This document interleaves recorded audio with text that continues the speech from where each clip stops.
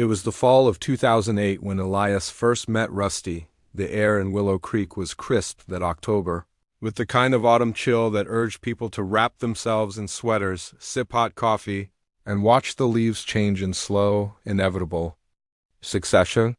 It had been 6 months since Nora's death, and the grief, though still raw, had started to dull to a quiet ache that Elias carried everywhere. He had moved to Willow Creek to escape the heavy reminders of his old life. The house he had shared with Nora was too full of her presence, too full of ghosts. The scent of her perfume still lingered in the walls, the memory of her laughter still echoing in the corners of the rooms. He couldn't bear it anymore. He needed something new, something that would remind him there was still life after Lost Dot, so he left the house, left the memories, and left the town where everyone knew him as Nora's husband. He thought a change of scenery might help him breathe again. Willow Creek was small, quiet, almost serene in its isolation. It was the kind of place where everyone knew each other and where strangers were rare. Elias had never been one for the hustle and bustle of city life, but in the solitude of this tiny town, he thought he might find peace or at least a distraction. He had been walking through the park that day, the crisp leaves crunching beneath his boots when he saw them. A litter of puppies in a cardboard box by the side of the road, their eyes barely open, their fur a patchwork of gold and brown. A hand-painted sign hung from the box. Free puppies to good homes. Elias stopped in his tracks, his heart pausing for a beat. He had never considered getting a dog. Nora had always been the one who loved animals, especially dogs. Elias had always been content with the occasional stray cat or bird. But in that moment, as he stood in front of the little cardboard box, something stirred within him. The loneliness that had been gnawing at him, the hollow ache of missing Nora, seemed to lessen. If only for a moment, there was one puppy in particular that caught his eye. A small golden retriever, its fur still soft and wavy, its brown eyes large and curious.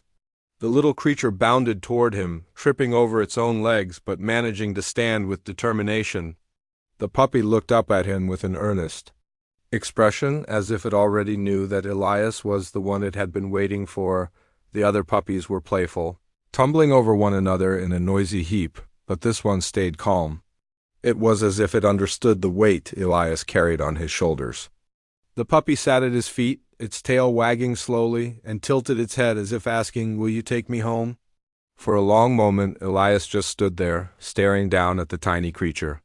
He didn't know what to say or how to explain it, but in the puppy's innocent gaze he saw something that made his heart ache.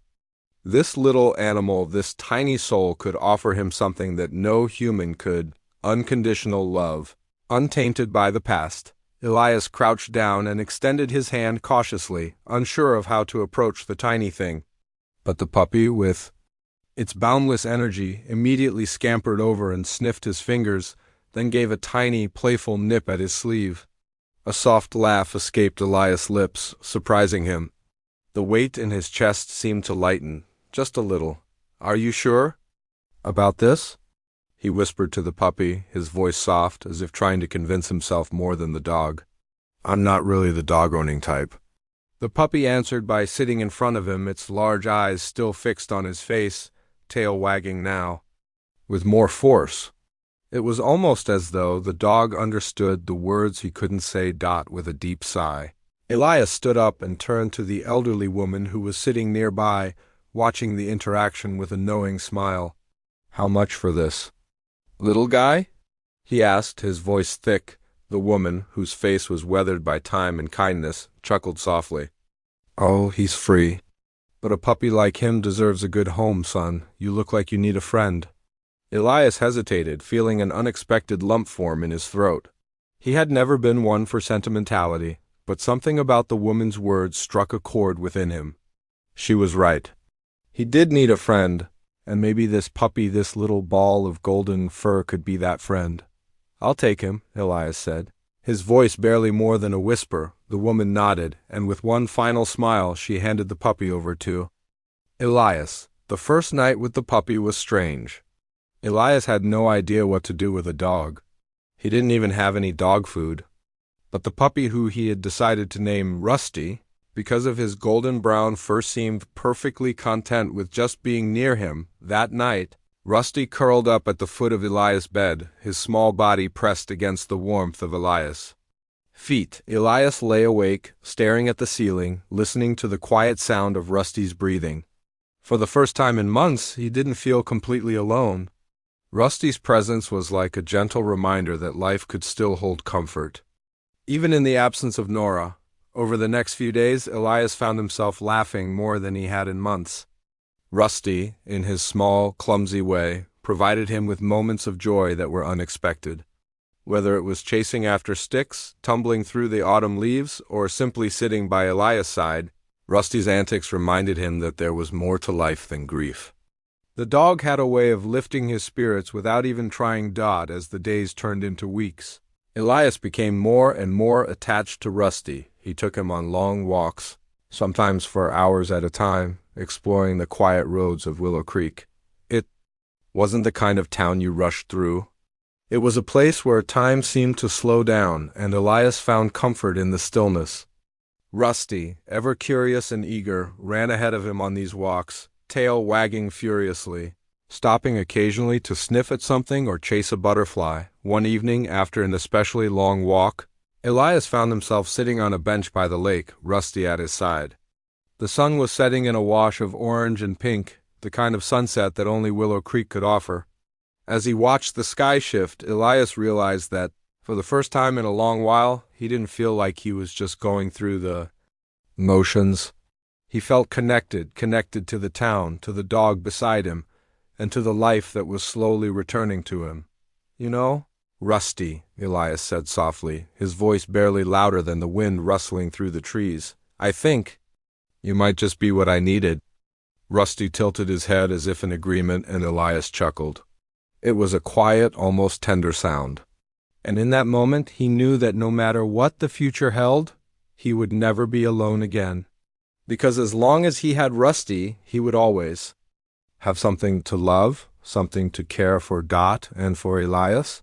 That was enough. The years passed quickly in Willow Creek, and with each day that slipped by, the bond between Elias and Rusty grew stronger, deeper. What started as a quiet companionship blossomed into a relationship that was as natural as breathing. Elias could no longer imagine a life without Rusty by his side. The dog had become more than just a pet. He was Elias' constant, the one steady presence in a world that seemed to shift unpredictably. Winter came and went, spring arrived with its soft rains and bursts of green, and then summer's heat wrapped the town in its embrace. Through it all, Rusty was there, running through the fields, chasing after sticks, and curling up beside Elias at night. The routine became sacred: early mornings, long walks through the quiet streets of Willow Creek, and the evenings spent watching the sunset from their favorite spot by the lake. There was a sense of peace in it all, as though time had slowed just enough to allow Elias to heal Dot as the seasons changed. So did Elias. Slowly but surely, the weight of grief that had once threatened to swallow him whole began to lift. Rusty had a way of grounding him, of reminding him that life was meant to be lived, even after loss. Elias found himself smiling more, laughing more, even enjoying the little things that once seemed so trivial. One evening, as they walked through the park, Rusty's paws patting softly against the ground, Elias stopped to sit on a bench. He watched as the dog trotted ahead, sniffing the bush and wagging his tail, a picture of carefree joy. "You're a lucky one, aren't you?" Elias mused aloud, watching the way the dog seemed to find delight in the simplest of things. "All you need is a stick, a few trees, and some space to run. I wish it were that easy for us humans." Rusty looked back at him, tail still wagging, as though he understood, and with a bark, he ran over to Elias, dropping a stick at his feet as if to say, "Here you go." "It's that simple, isn't it?" Elias chuckled and picked up the stick, tossing it into the air. Rusty took off after it with wild enthusiasm, running so fast that Elias couldn't help but laugh, watching his dog dart through the grass with the same unfiltered joy as the first day they met. For a moment, Elias felt as though the heaviness of the past had melted away entirely, replaced by something lighter, something hopeful. But it wasn't just the two of them anymore. One warm Saturday morning, Elias awoke to find a letter in the mailbox. It was from his son Liam, who had left for college a year ago. The letter was short and sweet, just enough to remind Elias that his son was doing well, enjoying his classes, and adapting to life in the city. But there was something else in the letter, something that made Elias smile more than he had in a while. "I'm coming home for Thanksgiving. It's been too long. And I have a surprise for you. See you soon, Dad." Elias felt a flutter of excitement in his chest. He hadn't seen Liam in months, and though they kept in touch through texts and occasional phone calls, it wasn't the same as having him at home. The house felt emptier without him, quieter, and though Rusty had done his best to fill the void, Elias still missed the sound of his son's voice. The way the house seemed to light up when Liam was around, Thanksgiving came faster than Elias anticipated, and the morning of, he found himself pacing in the kitchen, unable to sit still. Rusty, as usual, was at his side, lying on the cool tile floor with his head resting on his paws, watching Elias with quiet patience. Just as the turkey was coming out of the oven, the sound of a car pulling into the driveway caught Elias' attention. He hurried to the window and saw the familiar red sedan, Liam's car, parked in front of the house. His heart gave a little leap. Liam stepped out of the car, his face breaking into a smile as he saw his father standing in the doorway. For a moment, Elias was caught off guard by how much Liam had changed in the months he'd been away. He had filled out, his face more mature, but his eyes, the same bright, hopeful eyes, remained unchanged. "Hey, Dad," Liam said, his voice warm and full of affection. "I missed you." Elias stepped forward, wrapping his arms around his son in a tight hug. The familiar scent of Liam's soap, fresh air, and something else that was uniquely him wrapped around Elias like a comforting blanket. "I missed you too, kiddo." "It's good to have you home," Elias said, his voice thick with emotion. Liam pulled back slightly, holding up a small box. "I've got something for you. I think you'll like it." Elias raised an eyebrow. "A gift? What's the occasion?" Liam just grinned and handed him the box.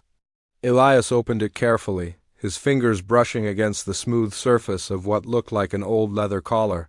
"It's for Rusty," Liam said. "I had it made when I was in the city. I thought he might like it." Elias' heart swelled as he held the collar in his hands. The craftsmanship was impeccable, the leather worn and soft, and on it there was a small brass tag engraved with the words, "Best friend forever." "I love it," Elias said, his voice breaking slightly as he looked at his son. "You really didn't have to—" But Liam waved him off. "I know you've been through a lot, Dad, and Rusty, well, he's been there for you. Thought he deserved something special?" Elias swallowed the lump in his throat and nodded, touched beyond words. Rusty, who had been lying near the door, stood up at the sound of his name. The dog's tail began to wag furiously as he approached Liam, recognizing him immediately. Even though it had been months since they last saw each other, Liam kneeled down and slipped the collar around Rusty's neck, fastening it gently. Rusty barked happily, as if understanding the gesture, and immediately began to jump around. His energy infectious, Elias watched the two of them, Liam and Rusty, and a sense of deep contentment washed over him. For so long it had been just him and Rusty, but now, with Liam back in the fold, it felt like the family he had once known was finally coming back together. It wasn't whole, not entirely, but it was enough. That evening, they sat down to a dinner of turkey, mashed potatoes, and all the fixings. As they ate, Elias couldn't help but notice the laughter that filled the house. It was the kind of laughter that had been missing for so long, the kind that felt familiar, warm, and whole. Rusty sat quietly by Elias' side, occasionally giving a soft bark as if to join in the conversation, but mostly content to be surrounded by the people he loved. For a moment, Elias looked around the table. Liam, his son, now grown but still his little boy in many ways, and Rusty, the dog that had saved him when he hadn't even realized he needed saving, and thought, this is what family is. This is enough. Elias hadn't noticed it at first. The change in Rusty was so subtle, so gradual, that he almost missed it. But over time it became undeniable. The once vibrant dog, his energetic companion, Always ready for a run or a game of fetch, was slowing down. It was the little things at first, the way Rusty would hesitate before jumping onto the couch, or how he took longer to get up in the mornings. The light in his eyes, once full of mischief and adventure, seemed a little dimmer. His coat, which had been thick and lustrous, was starting to thin in places, and a few gray hairs had begun to creep into his muzzle. His once muscular legs, built for chasing and running, now seemed stiff and reluctant, but the real sign came one evening in late spring, just after a long walk through town. Elias had been looking forward to their walk, he always did. It was their daily ritual, the quiet streets of Willow Creek, the smell of pine in the air, the gentle hum of life around them. Rusty had always been a trooper on these walks, bounding ahead, tail high and wagging furiously, excited by every new scent, every new corner they turned. But this time, things were different. As they reached the small park by the lake, Elias noticed that Rusty had slowed down considerably. The dog was still walking, but his pace was no longer the eager, light-footed stride he used to have.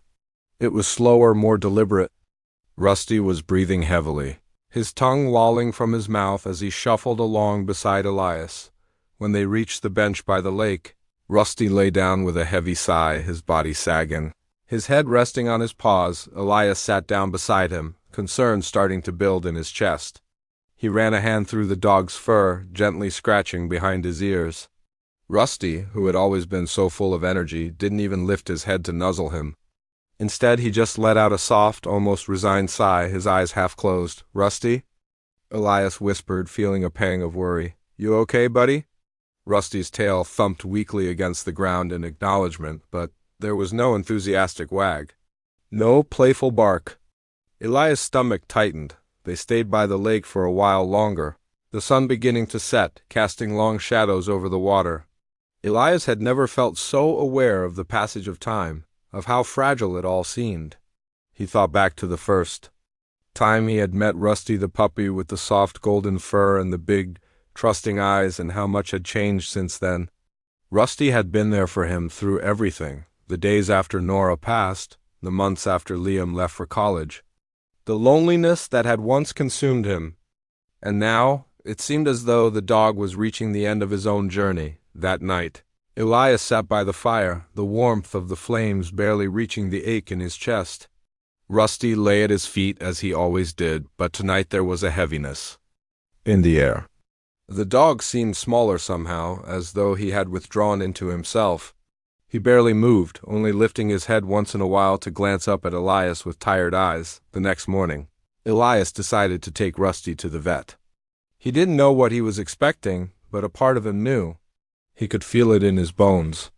Something was wrong. The vet's office was small and quiet, the kind of place that smelled faintly of antiseptic and rubber.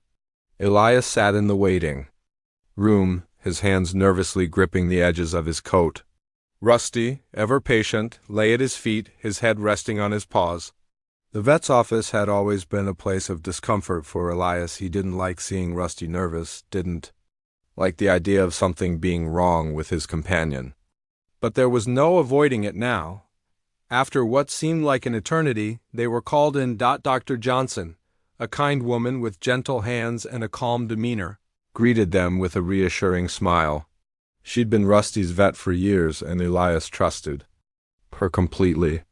Rusty, as usual, greeted her with a friendly bark and a wag of his tail, but there was no excitement in the dog's movements, only a slow, reluctant shuffle toward the examination table. The exam was thorough, and Dr. Johnson asked questions about Rusty's behavior, his eating habits, and any changes Elias had noticed. Elias told her about the tiredness, the stiffness, and the lack of energy. "I'm afraid," Dr. Johnson said, softly after a moment, "that Rusty is starting to show signs of old age. He's getting up there in years, around 10 or 11 now. And with older dogs, we often see joint issues, muscle weakness, and sometimes even heart problems." Elias felt a lump form in his throat. He had known it was coming. He had known that Rusty wouldn't be around forever, but hearing the words out loud made it all the more real. "The good news is," Dr. Johnson continued, "it's nothing immediate. We can put him on joint supplements to help with the stiffness. And there are medications we can give to support his heart. But we'll have to keep an eye on him. Just like with people, these things catch up with them. Elias nodded, trying to hold back the tears that threatened to spill. How much time does he have? Dr. Johnson hesitated, her eyes kind but serious. There's no way to know for sure. It could be months or even a year. But we'll monitor him closely and make sure he stays comfortable. Elias swallowed hard. I just want him to be okay. The vet smiled gently. He's a strong dog, Elias. He'll fight. But we'll be here to help every step of the way. The next few weeks were a blur of appointments, medications, and small adjustments to Rusty's routine. Elias found himself constantly worried, always watching for any sign that Rusty was feeling worse. They went on shorter walks now, and Rusty, though still eager to be outside, was more content to rest in the sun or curl up on the couch. Elias took every opportunity to sit with him, to rub his belly or scratch behind his ears, anything to remind the dog that he was loved. One evening, just after the sun had set and the world was bathed in the soft glow of twilight, Elias sat on the porch, Rusty beside him. The dog's breathing was steady but slow, and his eyes were soft and half-closed. Elias reached over and ran his fingers through the dog's fur, feeling the familiar warmth beneath his hand. You've been with me through so much. Buddy, Elias whispered, his voice thick with emotion.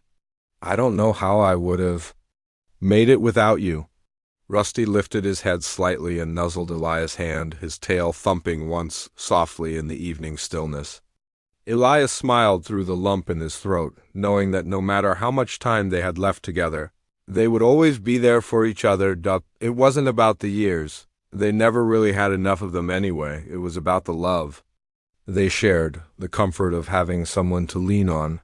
Even in the hardest of times, and for Elias, that was enough. The months that followed felt like a blur to Elias. Time had a way of slipping through his fingers like sand, and the pain of watching. Rusty's health decline was a constant, aching reminder of how fragile everything was.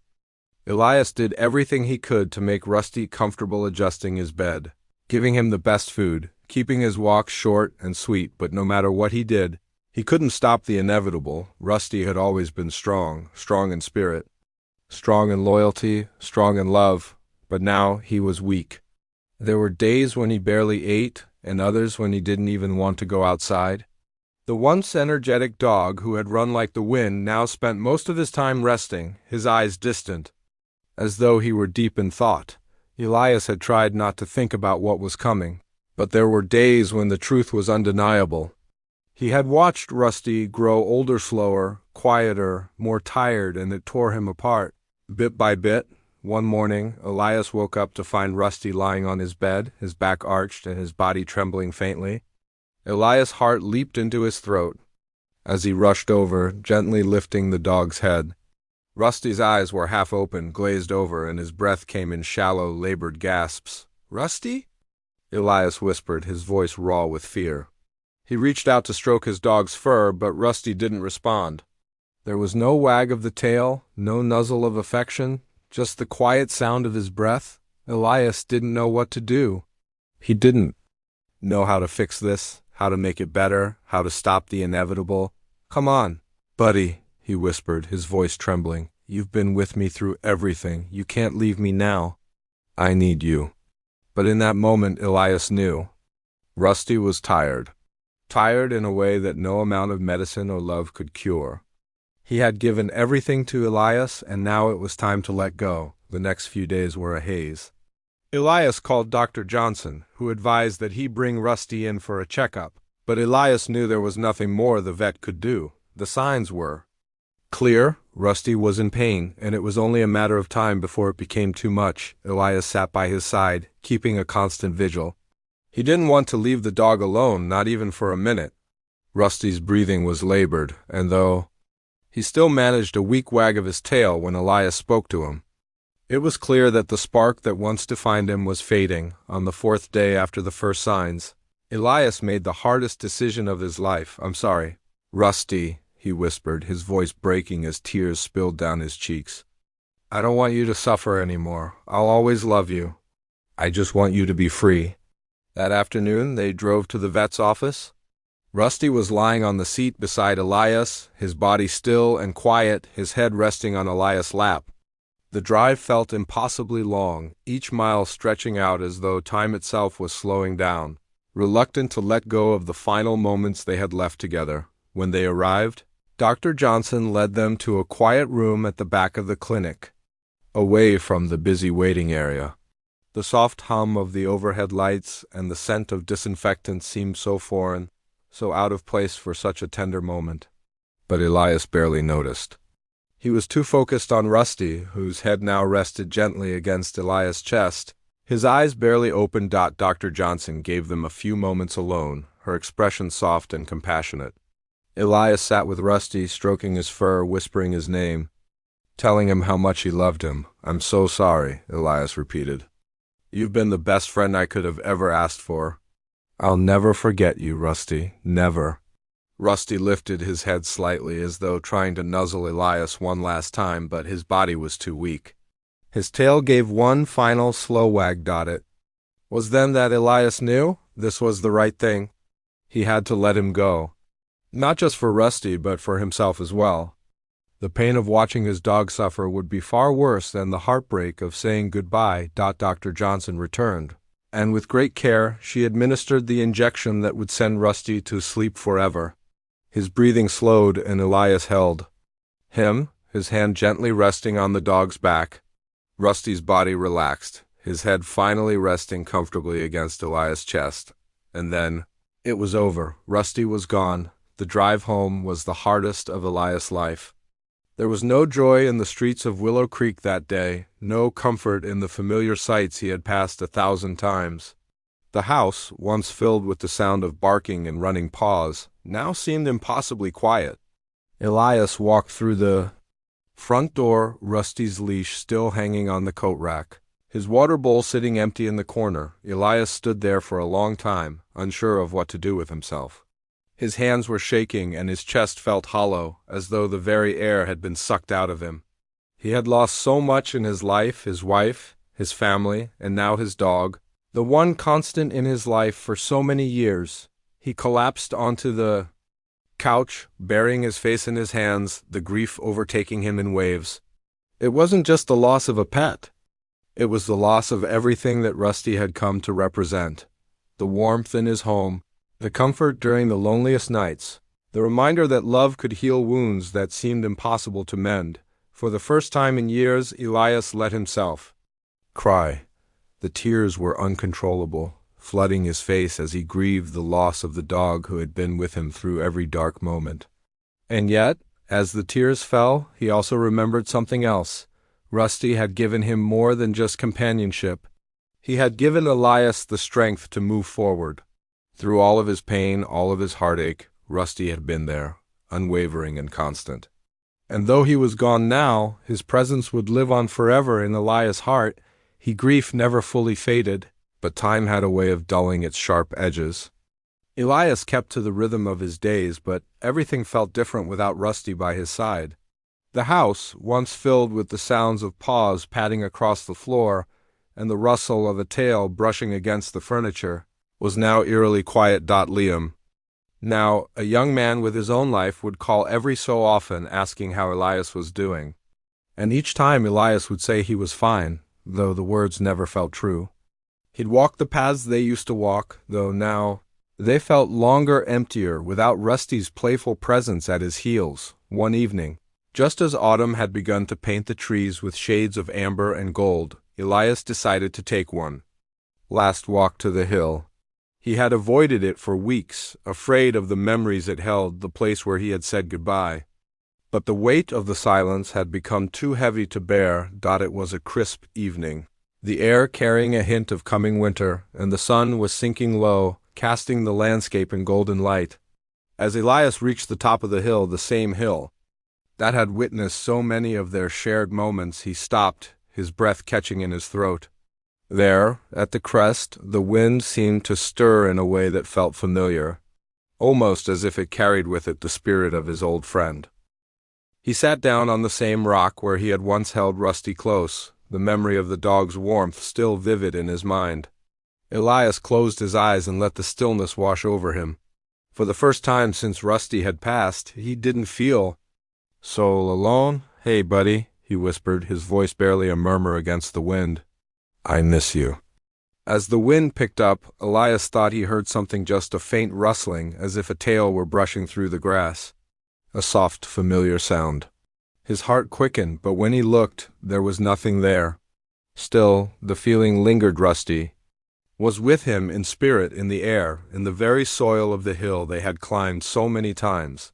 The stars began to blink into existence above him, one by one, as the evening darkened. Elias smiled softly. He had said goodbye to Rusty, but he hadn't truly let go, and maybe he realized now he didn't need to. Some bonds, no matter how fragile the threads may seem, never truly break. Elias stood up, his legs creaking with age, and he looked around one last time at the hilltop. "I'll always remember you, Rust, always," he whispered to the wind. And just like that, as if on cue, a soft breeze tousled his hair, and he felt a rush of warmth flood his chest. It was as if the world had answered him once again, with a final glance at the horizon. Elias turned and began the slow walk back home. The path was quiet, but it no longer felt lonely. There was something inside him, something deep and unshakable, that told him Rusty's spirit was still with him. In every corner of Willow Creek, in every crack in the floorboards of his house, in every sunset dot, and in that quiet, in that peace, Elias knew that no matter what came next, Rusty had left a mark on his heart that would never fade. He would carry him with him always, in memory, in spirit, and in love. Dav, as the first stars shone brightly above, Elias whispered again into the night, "Thank you, my friend. You'll never be forgotten." And somewhere, far away, a soft thump of a tail against the earth seemed to answer him.